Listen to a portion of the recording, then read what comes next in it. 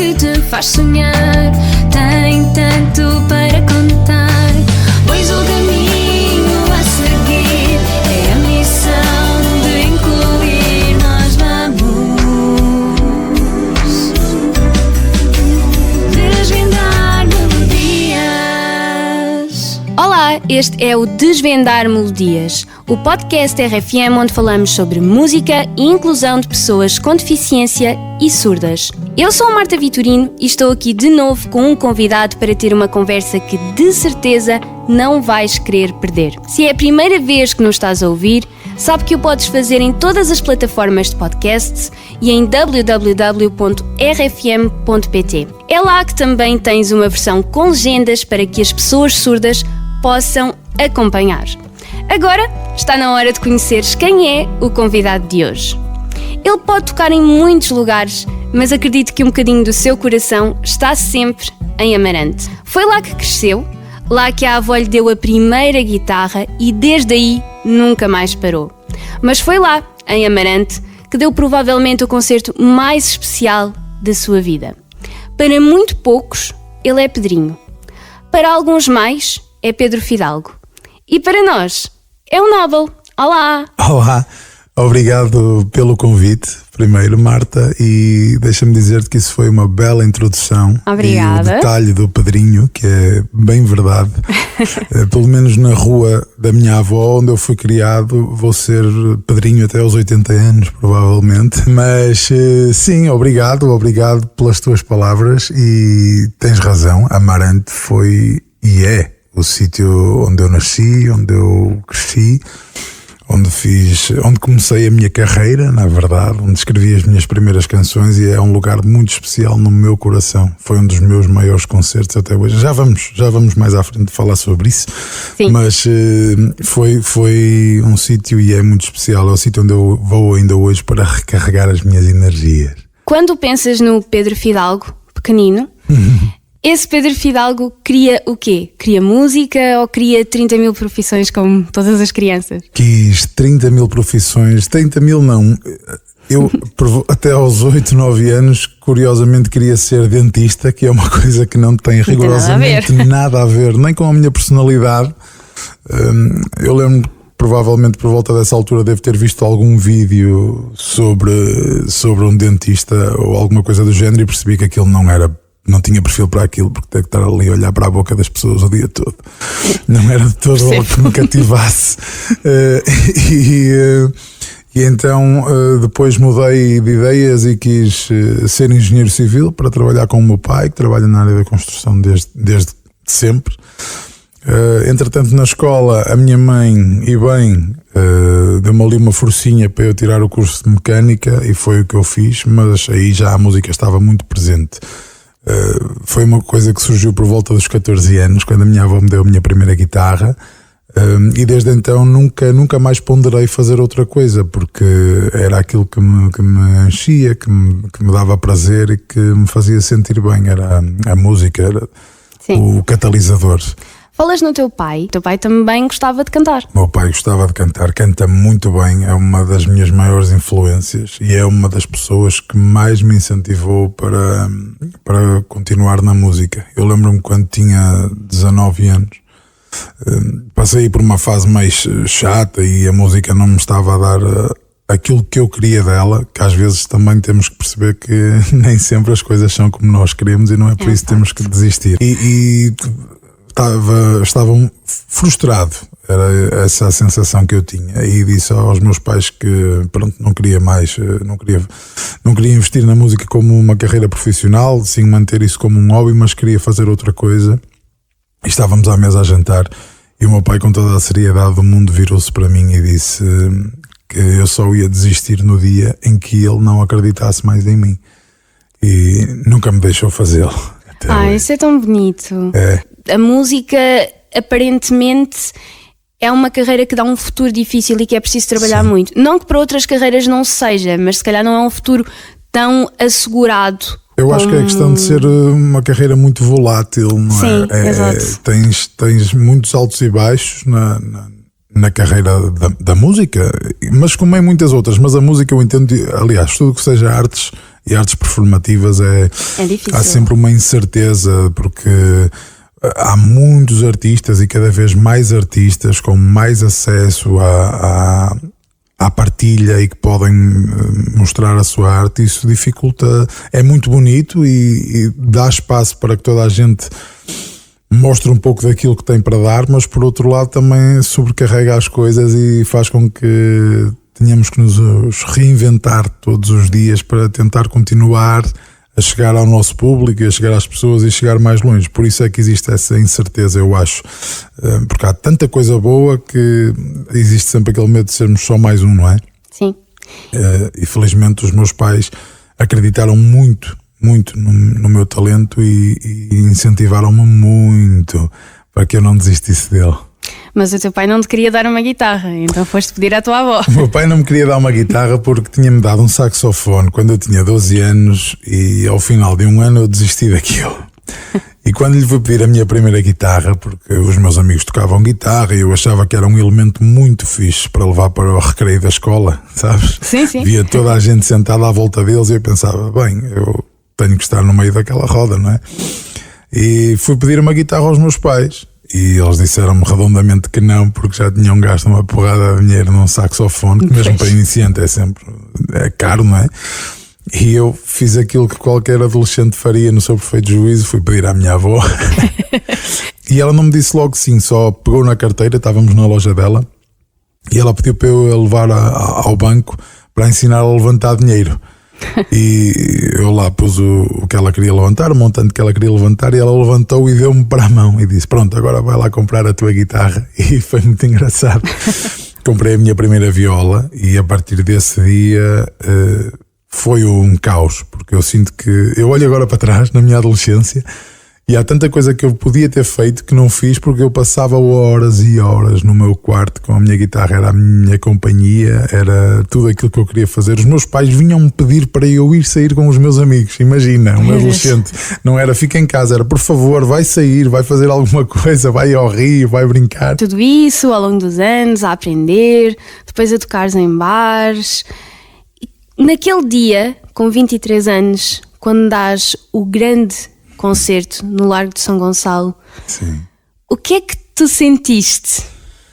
Eu senti muita coisa, porque primeiro porque de tarde, quando estávamos a fazer o teste de som, minha avó entrou no camarim, que era nos claustros da igreja de São Gonçalo, e disse-me, olha filhinho, se não tiveres ninguém lá fora logo à noite, não te preocupes, sabes que santos da casa não fazem milagres. E eu disse, obrigado. Muito motivador. Obrigado pelo apoio moral, é bom saber que posso contar contigo para me levar ao astral.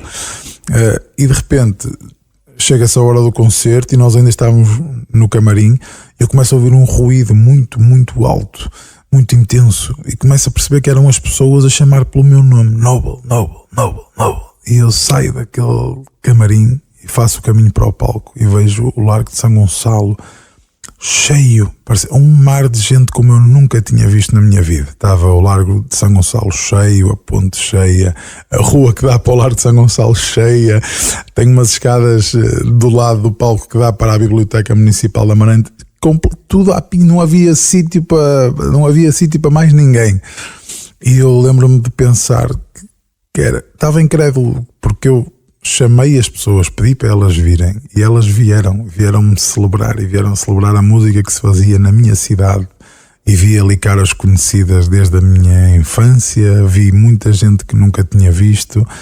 Foi uma noite muito bonita e foi a primeira vez que eu ouvi, porque foi o meu primeiro concerto desde novo, como Noble, não é?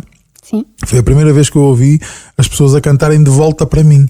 Quando começamos a tocar a Honey e eu calei-me, porque era ensurdecedor todas as pessoas no Largo de São Gonçalo, naquele recinto, a cantarem em plenos pulmões a Honey de volta para mim. Eu cantei para eles cantaram para mim. Eu acho que nunca senti em palco, já senti muita coisa outra vez, mas esse dia, talvez por ser o primeiro e por ser a primeira experiência que eu tive, o primeiro contacto direto com as pessoas a cantarem as minhas canções, as coisas que eu escrevi de volta para mim, foi mágico. Quando tu eras só o Pedro Fidalgo, Tu pensavas chegar aí? Era uma coisa que nunca me tinha passado pela cabeça, até porque no início, antes de Noble, eu tocava um estilo um bocadinho diferente. Estava mais dentro da área do blues e do rock and roll. Noble surgiu mais tarde como uma necessidade, porque eu comecei a tocar piano e comecei a escrever aquelas canções e não sabia bem onde é que as havia de encaixar nos projetos que eu tinha, porque não faziam sentido. Então existiu aí essa necessidade de criar alguém que fosse o cantor indicado para aquilo, que era o Noble. Portanto, eu não estava de todo à espera nunca de que isso fosse a minha realidade, sabes? Sempre pensei que Sim. fosse um artista mais alternativo, tudo bem. E há artistas alternativos com grandes carreiras e que têm a mesma satisfação, ou até maior muitas vezes, do que um artista mainstream. Mas na altura eu não imaginava aquilo. E quando aconteceu ainda foi mais marcante, porque não estava à espera, não era uma coisa que eu ansiava, eu quero aquilo. Foi uma coisa que veio sem eu pensar que queria de facto aquilo. Então quando aconteceu foi, nem sabia que queria tanto uma coisa, sabes? Sim. Esse sentimento, nem sabia tanto que era isto que eu queria, que precisava disto, e de repente aconteceu e marcou-me mesmo muito.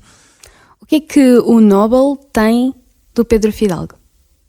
Eu acho que acima de tudo tem a voz, felizmente. E a atitude, eu acho que a atitude do rock and roll é uma coisa, tu podes tirar uma pessoa do rock, mas não consegues tirar o rock de uma pessoa. E eu vou tentar perpetuar esse traço da minha personalidade. E eu gosto muito de curtir aquilo que estou a fazer em palco, e acho que isso vem mais do rock até do que do pop. Portanto, acho que é uma coisa que o Noble mantém do Pedro Fidalgo: a voz, a atitude de rock and roll, gostar de roupas esquisitas. Ao longo de tantos anos de carreira, há também muitos concertos, muitas horas em estúdio, muitas horas de composição. No meio de tudo isto, há algum momento engraçado que nunca tenhas contado? Alguma curiosidade que tenha acontecido num concerto, na composição de uma música? Olha, há um momento de um concerto que me marcou muito, mas ainda não era o Noble sequer. Eu tinha 16 anos e estava a tocar em Amarante, num bar que havia lá, que já nem existe, que era o Darcos. E o bar estava cheio. Eu tinha pessoas a 20 centímetros de mim. Era a distância do microfone, aquilo que nós estávamos a tocar lá no meio, e era toda a gente à nossa volta. Era uma festa e estava mesmo repleto de gente. Nem nos conseguíamos mexer. A banda apertadinha, era incrível. E de repente, eu tinha passado a noite anterior no hospital porque estive com uma gastrite e estive muito mal e vomitei, fiquei com uma laringite e tudo, de tanto vomitar. Mas fui fazer o concerto na mesma, porque quer dizer, a música é isso, não é? Também quem dá o que tem a mais não é obrigado, e quando não podes fazer o que fazes, faz o que podes. E lá fui eu dar o concerto e estava desgastado, estava mal, mas estava-me a divertir. E de repente, no meio daquela multidão toda, dentro do barzito, estava à pinha, começo a ver as cabeças das pessoas a afastar-se. E o que era? Era o meu pai a vir pelo meio das pessoas com uma mala de guitarra, que era uma guitarra que eu sempre quis desde que quero tocar guitarra. Sim. E ele pousou a guitarra no chão, abriu a mala e tirou a mala, que era a minha Gibson Lucille, que é a minha guitarra, a guitarra que eu mais adoro. E ele virou-se para mim e disse assim: a próxima canção é para mim e vais tocá-la com isto. E deu uma guitarra. Uau, no meio do incrível. concerto. Essa noite é uma das memórias mais queridas que eu tenho, porque é a música, a minha família, e demonstra aquilo que eu estava a falar há pouco. Eles acreditaram sempre em mim e fizeram sempre de tudo para que eu não desistisse deste sonho, e deram umas ferramentas todas necessárias. Isso foi porque era uma coisa que eu não andava a pedir, quero a guitarra, não, toda a gente sabia que aquela guitarra era, eu tinha aquela guitarra no wallpaper do meu computador, estás a ver? Sim, era a guitarra sim. que eu, e nesse dia, sem contar, chega o meu pai à 00:30 no meio das pessoas todas e abre-me a guitarra no chão e dá-me a guitarra para eu tocar o resto do concerto com aquela guitarra. E isso foi um momento, e eu quero dizer já aqui do fundo do meu coração que se não fossem mesmo os meus pais, eu sei isto mesmo, se não fossem os meus pais e a persistência deles e os valores que eles me transmitiram, hoje não existia Noble, eu não era músico, eu não estava a fazer nada remotamente parecido com isto. Foram eles que me ensinaram isso tudo, não desistir e continuar a lutar por aquilo que queremos e por aquilo que achamos que é o melhor para nós. Eu gostava de fazer uma pergunta agora a ti. Já estás farta de me fazer perguntas. Não sei se posso virar isto ao contrário. Mas podes, não estava muito à espera. Por acaso tem a ver com a inclusão, principalmente nos espetáculos. Sim.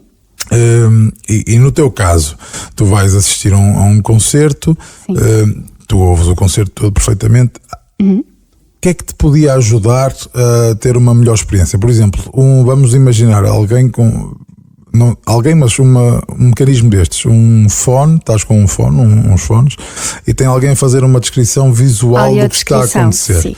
Ok, mas por exemplo, tu vais e preferes estar a sentir a música, a sentir o grave, a sentir o ambiente, ou preferes ter de facto de um lado de um ouvido ter alguém sempre a descrever o que é que o artista está a fazer, o que é que está a acontecer naquele momento? Então, eu não tenho necessidade visual. Ok. Ou seja, para mim não me é importante dizerem-me assim: eu sou o Noble e estou vestido desta e desta forma e tenho o cabelo desta maneira e sou alto. Essa informação a mim não me interessa. Pois. Mas não me interessa porque, sei lá, não me interessa, não sei explicar, não me é fundamental. Porque nunca foi. Porque nunca foi, Não é? exato. Mas há pessoas que são cegas na ciência e que gostam de saber como é que é e que imaginam muito o que é que seria e como é que seria, e está tudo certo com isso. E para isso eu acho que é importante haver uma audiodescrição. Agora, eu, Marta, que não tenho esta necessidade e que vou a um concerto para ouvir música, eu quero é ir e sentir a música e estar ali a aproveitar, principalmente se for com amigos. Eu quero estar a comentar com os meus amigos: e estás a sentir esta música, já viste esta versão que eles estão a fazer ao vivo, incrível, muito mais do que estar a ouvir. Um músico está sentado no palco com uma guitarra. Não me faz sentido. É quase como quando vais no carro ouvir uma canção e de repente o GPS fala: na próxima vira à esquerda. Exato. E de repente corta-te a música. Eu estava a perguntar precisamente por isso. Mas acho que para muita gente é importante. Pode ser essencial. Eu acho que num concerto mais acústico faz mais sentido. Sim. Agora, se for um concerto dito, vamos por aqui, normal, eu acho que vai cortar ali um bocadinho a vibe, mas é a minha opinião. E se calhar deixo aqui aos nossos ouvintes para dizerem nos comentários, ouvintes cegos, o que é que acham que seria mais útil com ou sem audiodescrição e onde, porque isto também estamos aqui para ajudar os artistas a tornarem os concertos mais inclusivos, por isso também contamos convosco para ajudar nisto. O ideal que eu acho é, provavelmente, o ideal é sempre ter a opção, não é? Imagina, no teu caso, tu vais ver o concerto e não sentes a necessidade de uma descrição. Desculpa, como é que é o termo? Audiodescrição. Ok. Não sentes a necessidade de uma audiodescrição. Então, simplesmente não a usas, não é? Outras pessoas que sintam essa necessidade. O importante é ter a opção à disposição, não é? Exatamente. E dar a liberdade, porque agora não é porque eu tenho uma amiga minha, a Marta, que ela não precisa, portanto não vou fazer isso. Não se pode generalizar. Não é? O problema é nunca generalizar. Há sempre uma tendência, mas tem a ver com todas as não é incapacidades, mas com todas as deficiências, com tudo. Sim. Há uma necessidade de generalizar, porque toda a gente que está com este problema ou que nasceu assim tem que se sentir. Não! Há pessoas que lidam, é como estás a ver, tu lidas de forma muito mais leviana, por exemplo. Pode haver alguém que sente mesmo essa necessidade, e depois do concerto já de certeza que se não tiver essa audiodescrição já vai ser quer dizer, pode já não significar nada para a pessoa, não Sim. é? Porque ela sente a necessidade de estar envolvida no ambiente. Cada pessoa tem as suas vivências e isso é se calhar das coisas que mais me chateia. Não me chateia ao ponto de me irritar nem nada disso, mas é se calhar uma coisa que me incomoda quando eu me encontro com alguém e a pessoa se vira e diz: eu tenho um amigo que faz tal e qual como tu, ou eu tenho uma prima que faz... Não, provavelmente das experiências não. Que vivemos, não é? Ou por exemplo, isto acontece muito nos transportes aqui em Lisboa, pessoas que já fizeram isto, provavelmente há muita gente que faz isto, que é: vão 2 cegos num autocarro ou num comboio ou qualquer coisa assim. Ok. E alguém se vira e diz assim: sente-se ali, menina, está ali um amigo seu. Eu, oi? Não, eu por acaso acho que vou sozinha, então vou para o trabalho, não combinei nada com amigos. Está ali outro senhor que é ceguinho. Mas são que os cegos não são todos amigos, não se conhecem todos uns aos outros. Por isso é que se diz: mais vale cair em graça do que ser engraçado. E isso, eu acredito que isso seja uma coisa que cai muito, muito mal. Eu já só me rio. Sim, estás a ver? Ok, e por exemplo, pode haver alguém que ouça essa piada e até não seja. E não leva mal. Não estou a dizer que eu acho que as mal, pessoas mas não sabem. Eu tive, obviamente, as diversas fases. Eu, quando era pequena e vinha de uma aldeia, para toda a gente ver era a coisa mais incrível. E, obviamente, claro, se tu cresces com isto, o teu objetivo é ver. Até que eu vou para uma escola diferente e começo a perceber que eu posso fazer a minha vida e tudo aquilo que eu quero fazer agora e para o futuro eu não preciso de ver. Então para que é que eu me estou a chatear com isto? Só me está a cansar, só me está a deixar triste e há todo um mundo para além da necessidade de ver. Aí está, mais uma vez, a minha vivência. Se eu quisesse ter sido designer, se calhar hoje em dia era uma pessoa muito mais frustrada, claro, e afins. E então, eu nessa fase, para mim, tinha essa complicação. Depois foi a fase de eu aceitar, tudo ok, mas não perceber como é que as pessoas não percebiam. Aquela fase da adolescência em que nós também sabemos tudo e os outros não sabem nada e pronto. E depois chega um momento em que, ok, a minha irmã estava-me sempre a dizer, aí está nessa fase da adolescência, Marta, as pessoas não sabem tudo, até porque nós somos de uma terra pequena e as pessoas têm muita tendência, por exemplo, ainda hoje, de se dirigirem às pessoas que estão ao meu lado e de não se dirigirem a mim.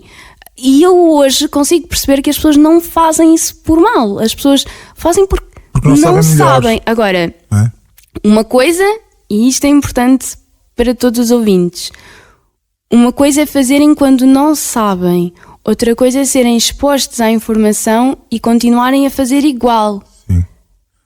Aí é que é mais pior complicado. Do que não saber é não querer saber. Exato. Mas estavas a dizer uma coisa muito curiosa, e isto agora foi um pensamento que me veio à cabeça e espero que até não sou mau, mas o que eu queria, estavas a dizer que pronto, chegaste a uma fase da tua vida em que percebeste que também a área que tu querias não era uma coisa que dependesse assim tanto da visão, não é? Sim.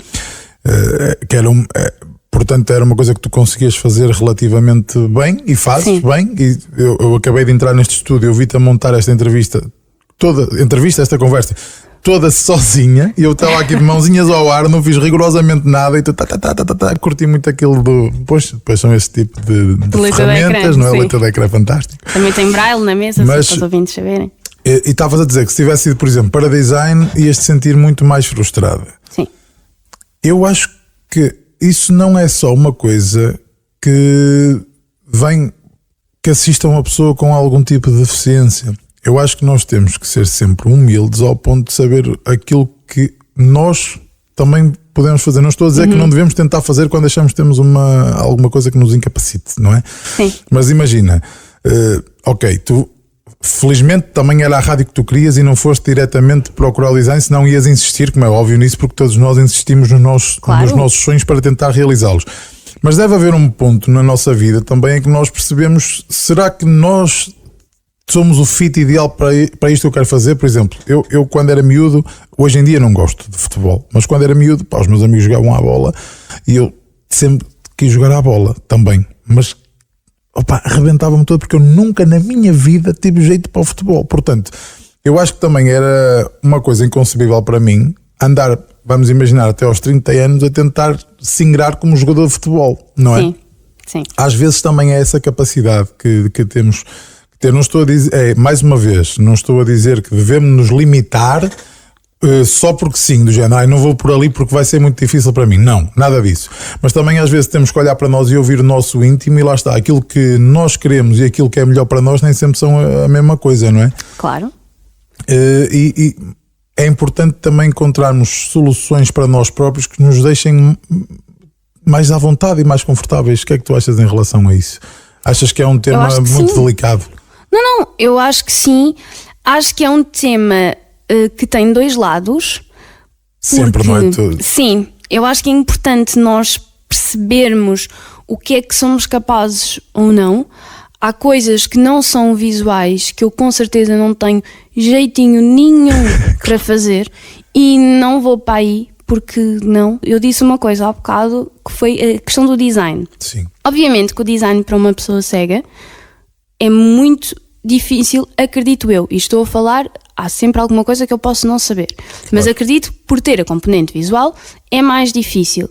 Mas se calhar há uns 60 ou 80 anos, se dissessem assim, um cego vai fazer rádio, O quê? Não, o cego tem que estar em casa. Houve pessoas que tiveram que lutar, que tiveram que batalhar, e eu acho que existe uma linha muito ténue entre, principalmente aqui na questão da deficiência, tu não fazes porque não consegues e nunca ninguém tentou, então está quase pré-definido pela sociedade que tu não consegues porque também ninguém desenvolveu ferramentas para, ninguém fez nada porque aí está, nunca ninguém tentou, ou tu não fazes porque efetivamente não tens jeito para fazer. E é importante percebermos um bocadinho aqui esta linha. Sim, portanto, é uma linha muito tênue, tens razão. Sim.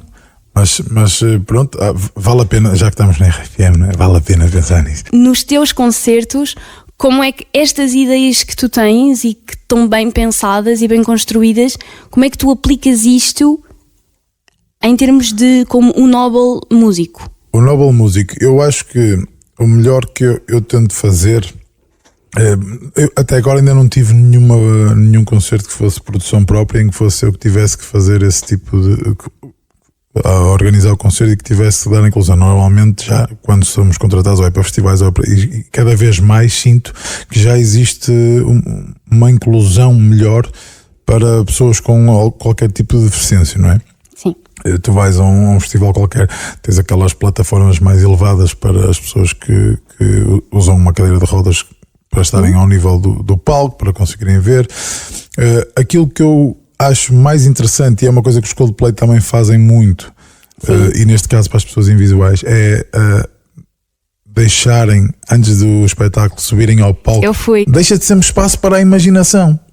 Isso eu acho que deve ser uma parte muito interessante dessa componente do toque. Sim. Não é? Eles deixaram-me tocar na guitarra do Scientist. Imagina. Eu estava a tocar e eu estava, oh, meu Deus, Fogo. Que incrível. Estás a ver? Isso eu acho que é isso. E no teu caso acredito que seja muito mais interessante isso do que teres um fone no ouvido a dizer que o Chris Martin anda lá aos saltos de um lado para o outro. Exatamente. E eles, eu acho que os Coldplay são e devem ser sempre o exemplo para todos os artistas, porque eles são, eu acredito que são a banda mais inclusiva, que tem os espetáculos mais inclusivos. Aquelas plataformas vibratórias, por exemplo, para quem não ouve, ou aquele colete com o subgrave, sensorial, sim. O sensorial, que estás ali e sentes a batida da música, ou baixo, o grave. E nesse caso uma pessoa está a ver o espetáculo, mas não ouve, mas sentes eles no teu peito aquilo, sentes no teu peito o que está a acontecer, sentes a pulsação, que eu acho que a pulsação é aquilo que nos une a todos, desde o dia que nascemos até o dia que morremos. A coisa mais parecida que nós temos com o útero da nossa mãe é a pulsação. Por isso é que a música também é tão importante, não é? O sentido do tempo. E eu acho que estás a ver um concerto e imagino que seja muito difícil, tanto não vendo, não ouvindo. Não consigo falar de uma experiência pessoal porque não consigo imaginar sequer. Eu acho que coloco aqui um bocadinho de novo a minha vivência, tem que ser, porque eu não posso falar de vivências que não conheço. Para mim, ir a concertos são experiências incríveis, porque aí está, não me faz diferença estar no meio da multidão, não me faz, até acho desafiante. Sim. E acho muito giro, e se estiver com pessoas com quem confio, mais incrível ainda. E então para mim não me faz diferença, eu gosto muito de ir a concertos. Mas por exemplo no dos Coldplay nós passámos pelos surdos e eles estavam a sentir imenso com os coletes e com as pessoas que estavam a fazer a língua gestual inglesa, no caso. Sim. E eles estavam a sentir imensa música e eu peço desculpa pela minha ignorância, mas se calhar até alguns anos atrás, se me dissessem que uma pessoa surda ia a um concerto, eu se calhar questionar-me-ia. Todos nós, eu acho que todos nós. Assim género... como se eu for hoje em dia a uma exposição de pintura e tiver alguém que me faça a descrição das imagens. Isso é ótimo. Mas isto para dizer que ser inclusivo é sempre muito... Acho que deve ser um objetivo para toda a gente. Porque não há nada mais bonito do que tornar a experiência do outro melhor. Não é? Eu acho que é isso, como artista... E de certeza que o Chris Martin, eu não o conheço. Eu também não. Deve ser uma pessoa incrível. Essa sensação de saberes que... Porque ele sabe que o concerto dele é muito bom, não é? Como é óbvio. Como é óbvio. Mas saber que está a proporcionar aquele concerto, mesmo a quem há 10 ou 15 anos nunca na vida ia conseguir viver aquele concerto, deve ser muito gratificante, porque existe mesmo uma sensação de agregação. Consegues trazer toda a gente para ali, para ver o espetáculo, para sentir o espetáculo, para viver o espetáculo acima de tudo. E eu acho, e o que eu te ia dizer, seja uma pessoa com algum tipo de deficiência ou não, acho que a parte mais importante nestas coisas é sempre a companhia. Sim. Portanto, tu vais a um concerto, estás a dizer que no teu caso tu vais para uma discoteca, vais para qualquer lado e vais curtir e vais sentir. A companhia também faz sempre a diferença. Às vezes nem é tanto o sítio nem a situação onde nos inserimos, mas sim com quem a vivemos, não é? Sim, mas também é importante sentir a confiança de, imagina que há um músico que eu quero muito ir ver e nenhum dos meus amigos querem ir ver. Eu quero também, como pessoa com deficiência, sentir confiança para ir sozinha. Claro. E para ir sozinha e sentir que eu não vou estar ali perdida, eu vou ter apoio. Não é preciso ter uma pessoa ali ao lado, ou se calhar para algumas pessoas é preciso. Aquilo que eu quero dizer com o ter apoio é ter as ferramentas necessárias para que eu possa aproveitar o concerto de uma forma igual ou de uma forma equitativa e que eu me consiga divertir como qualquer outra pessoa, independentemente de ter alguém para ir comigo ou não. Claro. Queres sentir que és independente nessa. Exatamente. Tu e qualquer. Quando eu digo tu, estou a dizer toda a gente, não é? Todos nós queremos sentir que temos a liberdade de fazer o que queremos sozinhos, não é? Eu também vou a N concertos sozinho. É uma coisa que eu gosto muito. E ao cinema também gosto de ir sozinho. Mas essa segurança de saber que vais estar à vontade, isso também é a verdadeira inclusão, não é? Saberes que podes ir à confiança, que vais ter uma boa experiência. Acredito que isso seja uma coisa que puxa, não é? Para ver um espetáculo, para ir assistir a um espetáculo. E nos teus concertos, há alguma coisa que tu gostasses de fazer para os tornar mais inclusivos? Ou não tens ideia? Ou... Assim de repente não tenho nenhuma ideia nova. Há as ideias que já todos conhecemos, que é como eu te disse, mais uma vez os Coldplay são a inspiração para todos os artistas. Mas há uma coisa que eu gostava de fazer, que era precisamente essa Touch Tour. Sim. Acho que isso deve ser fixe, porque primeiro eu gosto de estar com os fãs antes dos concertos. Mas os Coldplay não estavam lá. Não? Não, só estava lá a equipa deles. Pronto, mas... Eu estava à espera de os encontrar, mas não. Claro, imagino. Mas dar essa oportunidade, uma coisa que tem acontecido cada vez mais e que se vê muito agora, mesmo em festivais, e até em coisas mais pequenas, festas mais pequenas, tem sempre alguém de língua gestual, portuguesa, não é? Sim. Portuguesa ou inglesa, neste caso. Sim. E eu acho que isso também é uma das coisas mais inclusivas que se pode fazer. E pronto, tinha essa dúvida sobre a audiodescrição, porque eu, como te disse, não posso falar por experiência própria, mas o que eu imagino seria, eu já sou uma pessoa que sou tão distraído. Eu, se tivesse talvez um fone no ouvido e que tivesse a ouvir o concerto e ao mesmo tempo tivesse alguém a descrever o que estava a acontecer, principalmente se fosse um concerto frenético, eu não sei se isso não ia ser no meu caso, não é? Lá está. Por isso é que é bom ter a opção para quem quer. Se tu quiseres, está lá. Se não quiseres, não está. Mas eu acredito que no meu caso não seria uma coisa muito tão divertido assim. Um caso muito concreto que nós podemos dar aqui como exemplo é o caso da Jornada Mundial da Juventude. Nos eventos principais havia a possibilidade de sintonizar uma estação de rádio, digamos assim, em que as pessoas cegas podiam ter acesso à audiodescrição daquilo que estava a acontecer, sintonizavam a estação quando queriam, quando não queriam, não sintonizavam. Ou seja, era uma opção. Eu podia estar com os meus amigos ou fazer o meu trabalho voluntário quando tinha que fazer e quando estava focada naquilo, e se de repente tivesse a haver um momento que era mais visual e que não tinha nenhuma questão descritiva e que se calhar para eles até era difícil de escrever porque estávamos muito longe, eu podia sintonizar e estava a descrição a acontecer. Ou seja, é o melhor dos dois mundos. Há a tendência de colocar as pessoas com deficiência em lugares separados. Percebo o porquê disso acontecer. Acho que aí está a volta à questão das vivências. Cada caso é um caso, há pessoas que se sentem mais seguras assim, portanto esses sítios devem haver.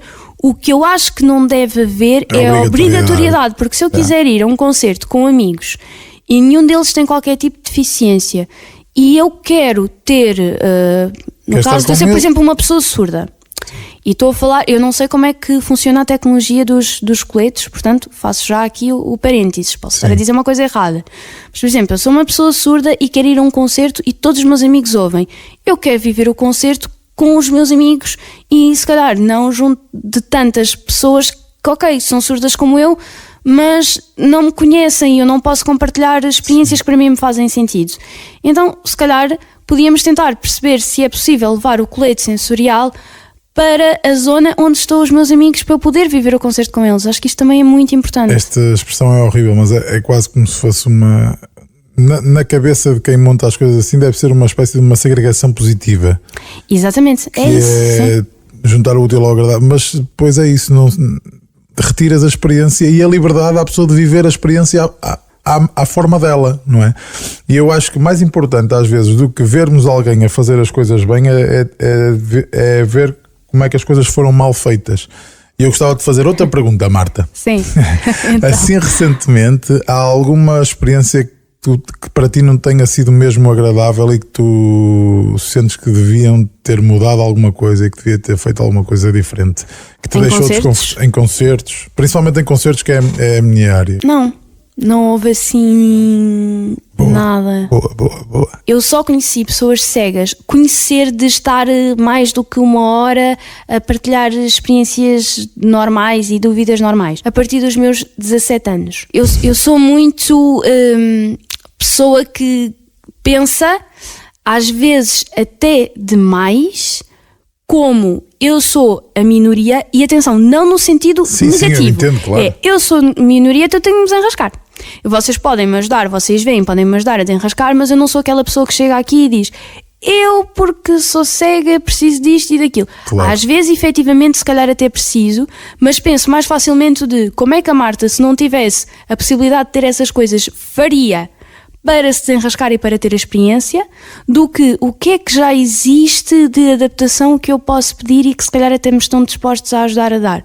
Porque tem a ver com as minhas vivências, então naturalmente eu não penso muito nisso e isso faz com que também eu não chegue a um concerto e pense: pá, será que isto tem audiodescrição? Será que isto tem adaptação de alguma coisa? Mas não tenho mesmo de sentir-me perdida ou sentir-me... Não.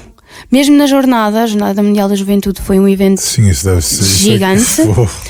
E eu trabalhei como voluntária e mesmo no meio da loucura de tudo, de tanta gente, e houve alturas em que eu tinha que estar sozinha porque tinha coisas para... Ou seja, não era sozinha, mas era com pessoas que eu não conhecia, claro, porque estava no meu posto e estava na minha função. Tudo se resolveu e as pessoas, houve uma entreajuda tão bonita que eu conheci pessoas e fiquei com o contacto de pessoas que conheci na jornada, e exatamente por causa desta questão da deficiência, do chegar e perguntar: olha, podes-me ajudar aqui, ou podemos fazer desta maneira. E eu acho que às vezes as pessoas pensam muito naquela questão do pedir ajuda, a como vergonha de pedir ajuda. Exatamente, um diminutivo. Exatamente, e não é. Ninguém vive sozinho. Se ninguém vive sozinho, qualquer dia vais ter que pedir ajuda, seja para fazer a coisa mais difícil, seja para encontrar um caminho porque o teu GPS ficou sem internet, seja para o que seja. Nós não vivemos sozinhos, e se vivemos uns com os outros, não temos que ter vergonha de dizer: podes-me ajudar com isto. E às vezes fazem-se amigos, às vezes conhecem-se pessoas, e é tão bonito isto, não é? É isso, eu acho que isso é um traço de humildade, seja em que pessoa do mundo for. Saber reconhecer o momento em que tu, ok, isto era mais fácil se alguém me desse aqui uma mão. É importante saber e ter a humildade de pedir a alguém para nos auxiliar, seja com o que for. E eu não estou a falar só a pessoas com algum tipo de deficiência, estou a falar a todos nós, não é? Às vezes termos que pedir alguma coisa pode ser uma experiência sempre chata, e há muita gente que não gosta mesmo de incomodar. Eu sou uma dessas pessoas, tento sempre não incomodar o mínimo possível, mas há momentos em que há coisas que são melhores feitas a dois. Ponto.